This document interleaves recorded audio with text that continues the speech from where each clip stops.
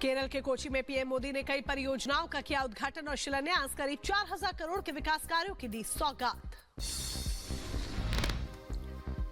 PM Modi ने कोची में जनसभा को किया संबोधित। कहा, भारत वैश्विक व्यापार का बड़ा केंद्र बन रहा है। जब भारत फिर से ग्लोबल ट्रेड का एक बड़ा केंद्र बन रहा है, तब हम फिर से अपनी समुद्र शक्ति को बढ़ाने में जुटे हैं। रामलला की प्राण प्रतिष्ठा को लेकर दिल्ली में निकाली गई 5000 बाइक रैली। दिल्ली बीजेपी अध्यक्ष वीरेंद्र सचदेवा ने दिखाई हरी झंडी। अयोध्या में मंदिर परिसर का जन्मभूमि तीर्थ क्षेत्र ट्रस्ट के महासचिव चंपत राय ने निरीक्षण किया। प्राण प्रतिष्ठा से पहले तैयारियों का जायजा लिया। अयोध्या में निकाली गई जल कलश यात्रा। बड़ी संख्या में महिलाएं हुई कलश यात्रा में शामिल। लोगों में दिखा बेहद उत्साह। अयोध्या में सरयू से जल भरकर मंदिर परिसर के अंदर पहुंची महिलाएं। धूमधाम से निकाली गई कलश यात्रा। प्रभु श्री राम की प्राण प्रतिष्ठा को लेकर लोगों में बेहद उत्साह। अयोध्या में निकाली गई भव्य कलश यात्रा। महिलाओं का उमड़ा हुजूम। अयोध्या में बस स्टैंड पर बनाई गई भगवान राम और हनुमान जी की पेंटिंग। जिला प्रशासन ने शेल्टर होम का निर्माण किया। रामलला की प्राण प्रतिष्ठा को लेकर यूपी के डिप्टी सीएम ब्रजेश पाठक का बयान। कहा, पूजा पाठ की हुई शुरुआत, हम सभी का करते हैं स्वागत। केंद्रीय मंत्री अनुराग ठाकुर ने कांग्रेस पर साधा निशाना और कहा कि घमंडिया गठबंधन ने सनातन का अपमान किया। राजनीति के चलते हिंदुओं का अपमान किया। प्राण प्रतिष्ठा समारोह में आरजेडी अध्यक्ष लालू यादव का बड़ा बयान। कहा, हम नहीं जाएंगे अयोध्या। इंडी गठबंधन में सीट शेयरिंग पर बोले लालू यादव। कहा, इतना आसान है क्या? सीट शेयरिंग को लेकर चल रहा है काम। झारखंड के साहिबगंज में ईडी के खिलाफ जेएमएम कार्यकर्ताओं का हंगामा। सांसद विजय हांसदा ने ईडी पर लगाया आरोप। कहा, गैरकानूनी तरीके से सीएम सोरेन को भेजा गया समन।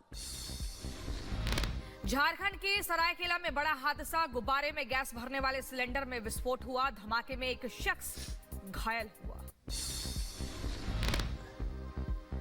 दिल्ली के रोहिणी में अमेरिकी नस्ल के कुत्ते ने मासूम बच्ची पर हमला किया। सोसाइटी में खेल रही बच्ची को घायल किया। 9 जनवरी की बताई जा रही घटना। उत्तर प्रदेश के कुशीनगर में पुलिस और बदमाशों की मुठभेड़। पुलिस ने 2 बदमाशों को गिरफ्तार किया। तमंचा और कारतूस बरामद हुआ। मध्य प्रदेश के सीधी में रफ्तार का कहर देखने को मिला। अनियंत्रित होकर पलटी स्कूली मिनी बस। कई बच्चे घायल हुए, एक की हालत गंभीर। पंजाब के होशियारपुर में बड़ा हादसा। बस और ट्रक की टक्कर में 3 लोगों की मौत हुई। 10 लोग गंभीर रूप से घायल हुए। उधर अंबेडकर नगर में भी रफ्तार का कहर देखने को मिला। बेकाबू ट्रक फ्लाईओवर की रेलिंग तोड़कर पलटा। हादसे में बाल बाल बचा ड्राइवर। तेलंगाना के रंगारेड्डी में महिला का शव मिलने से हड़कंप मचा। हत्या के शक में पुलिस ने आरोपी पति को गिरफ्तार किया। उधर उत्तर प्रदेश के फिरोजाबाद में युवक का शव मिलने से हड़कंप मचा। ईंट से कुचलकर हत्या की आशंका। जांच में जुटी पुलिस। पाकिस्तान में घुसकर ईरान ने की कार्रवाई। आतंकी ठिकानों पर मिसाइल और ड्रोन से हमले किए। आतंकी संगठन जैश अल अदल पर हमला।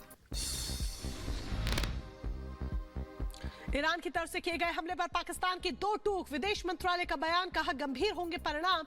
ये हमारे हवाई क्षेत्र का उल्लंघन। शिकागो में भीषण ठंड का कहर। तेज हवा के चलते बड़ी लोगों की परेशानी। स्कूलों की छुट्टी घोषित की गई।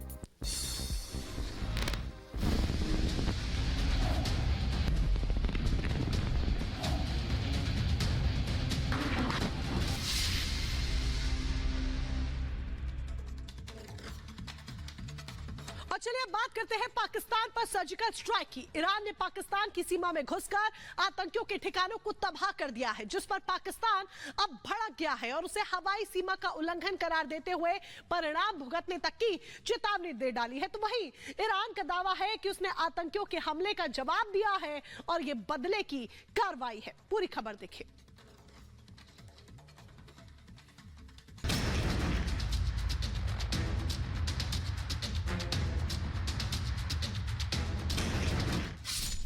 IRGC का हमला, पाकिस्तान दहला।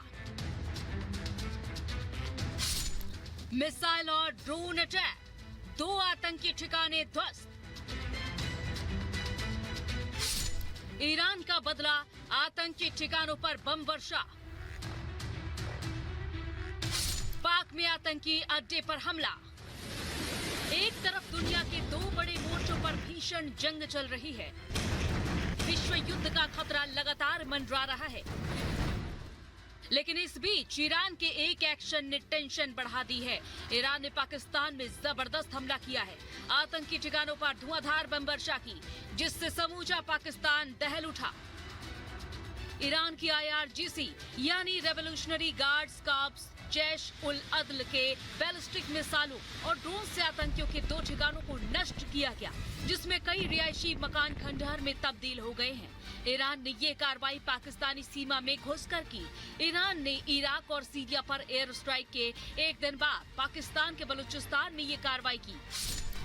ईरान ने जहां हमला किया है वो पंजगुर का कौह सब्ज इलाका है। ये वो जगह है जो जैश अल अदल का मजबूत ठिकाना है। यहाँ पर भारी संख्या में जैश अल अदल के आतंकी छिपे थे।